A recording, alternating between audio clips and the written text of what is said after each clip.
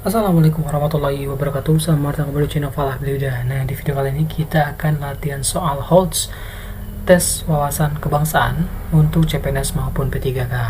Nah, sebelum saya sampaikan latihan-latihan soalnya, ada baiknya buat kalian yang belum subscribe channel saya ini, silakan untuk kalian subscribe terlebih dahulu.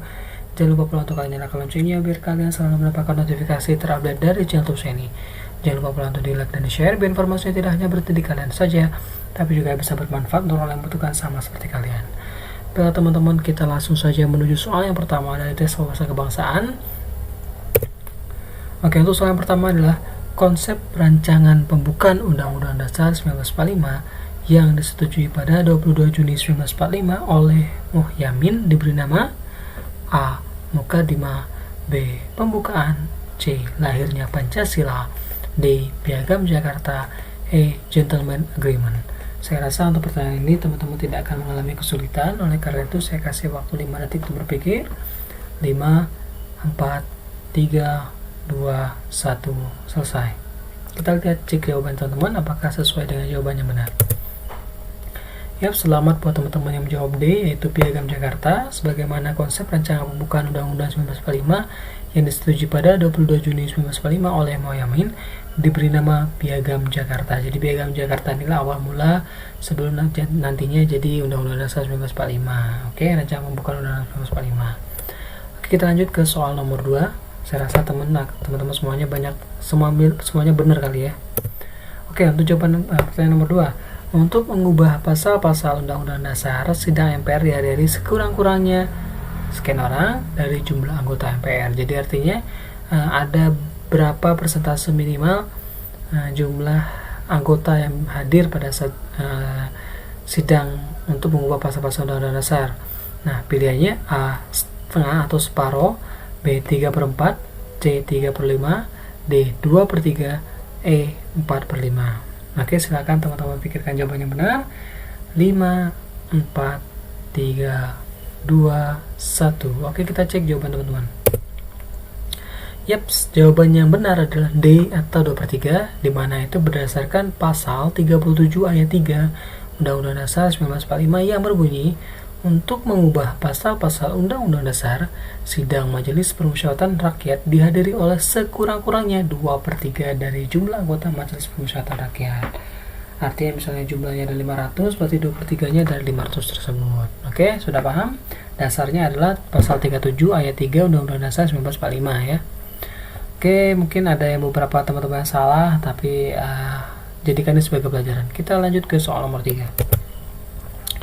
Pusat Tenaga Rakyat atau PUTRA adalah organisasi yang dibentuk oleh pemerintah Jepang di Indonesia dan dipimpin oleh 4 serangkai kecuali, nah ini perhatikan ada kata kecualinya ya, artinya tidak termasuk dalam 4 serangkai tersebut.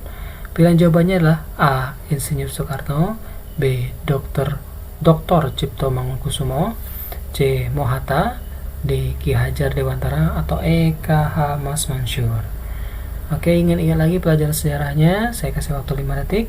5, 4, 3, 2, 1, 0. Oke, mari kita cek jawaban teman-teman semuanya. Ya, jawabannya benar adalah B. Dr. Cipto Mangunkusumo. Jadi PUTRA yang dibentuk pada 16 April 1943 ini dipimpin oleh 4 serangkai, yaitu Insinyur Soekarno, Mohatta, Ki Hajar Dewantara, dan juga K.H. Mas Mansur. Jadi Dr. Cipto Mangunkusumo tidak termasuk dalam 4 serangkai yang tergabung dalam Pusat Tenaga Rakyat atau PUTRA. Lanjut ke soal keempat. Lembaga negara yang berwenang memutuskan persoalan terkait dengan perselisihan hasil pemilu adalah A. Komisi Yudisial, B. Presiden, C. DPR, D. Mahkamah Agung, atau E. Mahkamah Konstitusi. Oke, untuk itu silakan teman-teman pikirkan jawabannya dan saya kasih waktu seperti biasa hanya 5 detik saja. 5, 4, 3, 2, 1, 0. Mari kita cek jawaban teman-teman.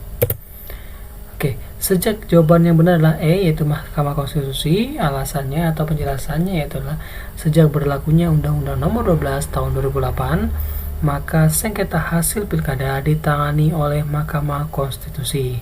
Hal ini berdasarkan pasal 236C Undang-Undang Nomor 12 Tahun 2008 yang berbunyi, penanganan sengketa hasil perhitungan suara pemilihan kepala daerah dan wakil kepala daerah oleh Mahkamah Agung dialihkan kepada Mahkamah Konstitusi paling lama 18 bulan sejak undang-undang ini diundangkan.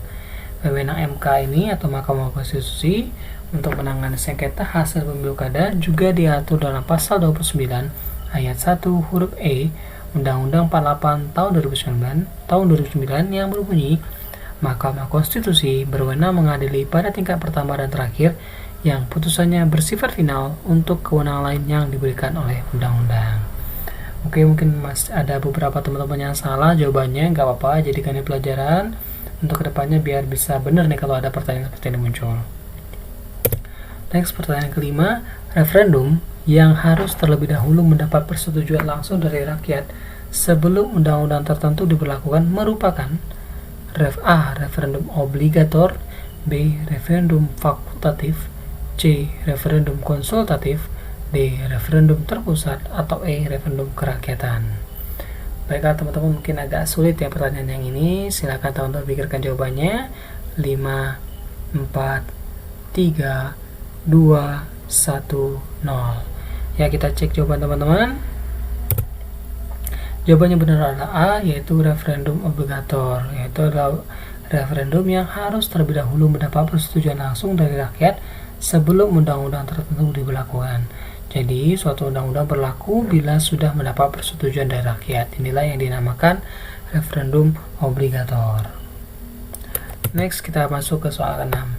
Berikut ini adalah tujuan Indonesia mengikuti AFTA, yaitu A. Mengadakan perjanjian ekstradisi terhadap seluruh anggota ASEAN, B. Saling menanamkan investasi di wilayah ASEAN, C. Meningkatkan daya saing ASEAN sebagai basis produksi dalam pasar dunia, D. Menghapus semua biaya administrasi ekspor dan impor dari negara ASEAN, atau E. Membentuk badan keuangan untuk wilayah ASEAN.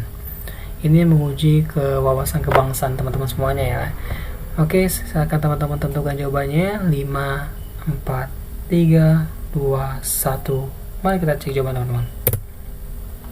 Jawaban yang benar adalah C, yaitu meningkatkan daya saing ASEAN sebagai basis produksi dalam pasar dunia. Penjelasannya adalah ASEAN Free Trade Area atau AFTA adalah sebuah persetujuan oleh ASEAN mengenai sektor produksi lokal di seluruh negara ASEAN. Dengan tujuannya adalah meningkatkan daya saing ASEAN sebagai basis produksi alam pasar dunia melalui penghapusan biaya dan halangan non-biaya dalam ASEAN, dan juga menarik investasi asing langsung ke ASEAN. Jadi memang pilihan jawabannya juga mirip-mirip ya. Oke, kita lanjut ke pertanyaan ke-7. Tanggal 10 Januari 1950 dibentuk panitia teknis yang ditugaskan Presiden Soekarno untuk merencanakan, merancang, dan merumuskan gambar lambang negara yang dinamakan nama panitia teknisnya ini ya, bukan nama lambang negaranya, tapi nama panitia teknisnya. A. Panitia 8, B. Panitia 9, C. Panitia Lencana Negara, D. Panitia Pembangunan, atau E. Panitia Lambang Negara. Nah, silakan teman-teman tentukan pilihan jawabannya. 5, 4, 3, 2, 1. Mari kita cek jawaban teman-teman. Yang benar adalah C, yaitu Panitia Lencana Negara. Sebagaimana kita tahu, tanggal 10 Januari 1950 dibentuk panitia teknis dengan nama Panitia Lencana Negara di bawah Koordinator Menteri Negara Zona Portofolio Sultan Hamid II yang ditugaskan Presiden Soekarno untuk merencanakan, merancang, dan merumuskan gambar lambang negara yang sekarang kita tahu adalah burung Garuda. Lanjut ke pertanyaan ke-8. Pemilu tahun 1955 digunakan untuk memilih A. Anggota MPR, B. Anggota DPR dan konstituante, C. Presiden dan Wakil Presiden, D. KNIP, atau E. Menteri. Oke, kita flashback lagi ke tahun 1955. Silakan teman-teman pikirkan jawabannya. 5, 4, 3, 2, 1, 0. Mari kita cek jawabannya. Yang benar adalah B, yaitu anggota DPR dan konstituante. Sesuai tujuannya, pemilu tahun 1955 dibagi menjadi 2 tahap, yaitu tahap pertama adalah pemilu untuk memilih anggota DPR. Tahap ini diselenggarakan pada tanggal 29 September 1955 dan diikuti oleh 29 partai politik dan individu. Dan tua, yaitu tahap keduanya adalah pemilu untuk memilih anggota konstituante. Tahap ini diselenggarakan pada tanggal 15 Desember 1955. Selamat buat teman-teman sudah menjawab B ya. Oke, kita lanjut ke pertanyaan ke-9. Hasil keputusan sidang kedua PPKI pada 19 Agustus 1945 adalah A. Pemilihan Presiden dan Wakil Presiden, B. Penetapan dan pengesahan Undang-Undang Dasar 1945, C. Pembentukan Badan Komite Nasional sebagai pembantu Presiden, D. Penetapan 12 Menteri untuk membantu Presiden, atau E. Penetapan dan pengesahan pembukaan Undang-Undang Dasar 1945. Mulai semakin sulit pertanyaannya ya, karena kita harus flashback kembali. Baik, silakan teman-teman tentukan jawabannya. 5, 4, 3, 2, 1. Mari kita cek jawaban teman-teman.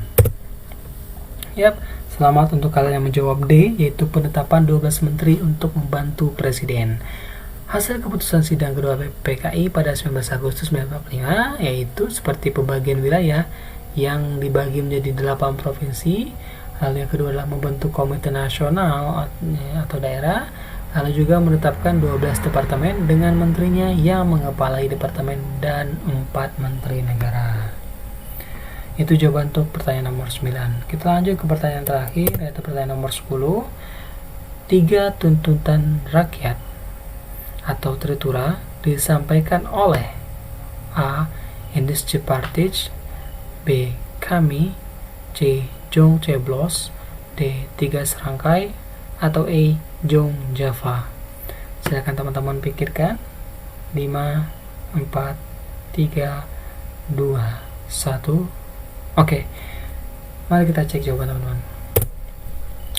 Jawabannya adalah P, yaitu kami. Apa sih kami ini? Nah, ini penjelasannya. 3 tuntutan rakyat kepada pemerintah yang diserukan para mahasiswa yang tergabung dalam Kesatuan Aksi Mahasiswa Indonesia, berisi tentang bubarkan PKI dan ormasnya, perombakan kabinet di Kora, dan turunkan harga sandang pangan. Jadi yang menyampaikan tritura ini yaitu adalah mahasiswa yang tergabung dalam Kesatuan Aksi Mahasiswa Indonesia atau KAMI. Nah, oke teman-teman, itu tadi kita bahas 10 soal tes wawasan kebangsaan. Coba cek lagi sudah berapa soal teman-teman jawabannya yang benar dan ada berapa yang salah, lalu analisa kira-kira soal-soal seperti apa nih yang banyak salahnya, entah itu soal tentang kenegaraan, atau soal tentang sejarah, atau soal tentang undang-undang. Nah, ini harus teman-teman analisa ya. Jadi kira-kira teman-teman lemahnya di mana? Nah, lemahnya ini yang nanti harus teman-teman tutupi, atau setidaknya dikurangi lah kelemahannya, untuk biar nanti TWK ini bisa lulus passing grade dan juga menopang jumlah nilai total keseluruhan nantinya. Oke, itu tadilah latihan soal yang bisa saya sampaikan. Berikut juga dengan pembahasannya, semoga membantu untuk kalian semuanya.